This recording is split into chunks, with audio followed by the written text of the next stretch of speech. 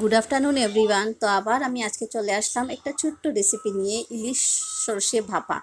তো এটা তো সবই আমাদের বাঙালিদের পছন্দ, তো সবাই জানে।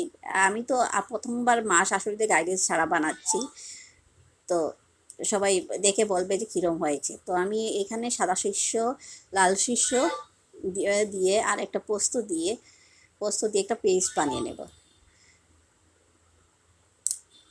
পেস্ট বানিয়ে নেব। আমি প্রথম একবার এগুলো মানে শুকনো গুঁড়ো করে নিই। আমি বুঝি যে এরকম গুঁড়ো করলে তিতো হয় না সর্ষেটা। শুকনো গুঁড়ো করে এখন আদা আর কাঁচা লঙ্কা দিয়ে দিলাম।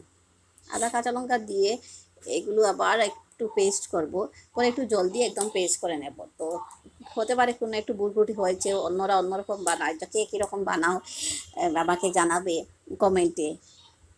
দেখো এখন সবাই সব মিক্স করে নিই। আর আজকে সকালে তো ভীষণ তাড়াহুড়ো, ভাবছিলাম এই রেসিপিটা আমি রাত্রে বানিয়ে নেব, কিন্তু রাত্রে কুশের বাবা আসছে, অনেকই লেট হয়েছে। তো আজকে সকালে খুব তাড়াহুড়ো লেগেছে, কারণ উনি আজকে আবার টিফিন নেবে। তো ওনাকে ওইটা টিফিন দিতে হবে, কারণ যার জন্য বানাচ্ছি ওনাকে না দিলে কি হয়। তো এই দেখো এখন আমি সর্ষেগুলো পেস্ট করে ইলিশ মাছের সঙ্গে মেখে নিচ্ছি, আর এখন একটু নুন হলুদ দিয়ে দেবো আর কাঁচা লঙ্কা দিয়ে দেবো।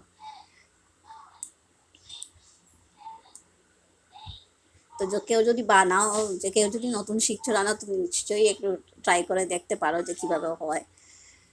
আমি নিজেও প্রথমবার বানিয়েছি এইটা, দেখি কীভাবে হয়। আসল রিভিউ তো কুশের পাপা দেবে। দেখো এখন আমি জল দিয়ে দিলাম অল্প।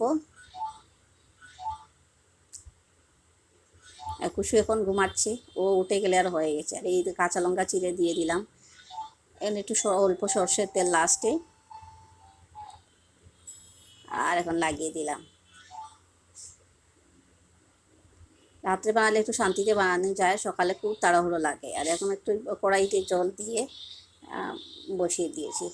মনে হলো যে জল কম হয়েছে, তো আর একটু জল মিশিয়ে দিলাম। আর বললো সবাই কেমন আছো, নিশ্চয়ই জানাবে কে কীরকম আছো, ভালো আছো নাকি কমেন্টের মাধ্যমে।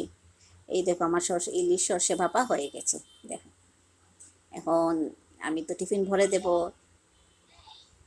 এই বিয়ের পরে মানে যত্ন করে খাওয়ানোইটাই হলো আসল ভালোবাসা, তাই না?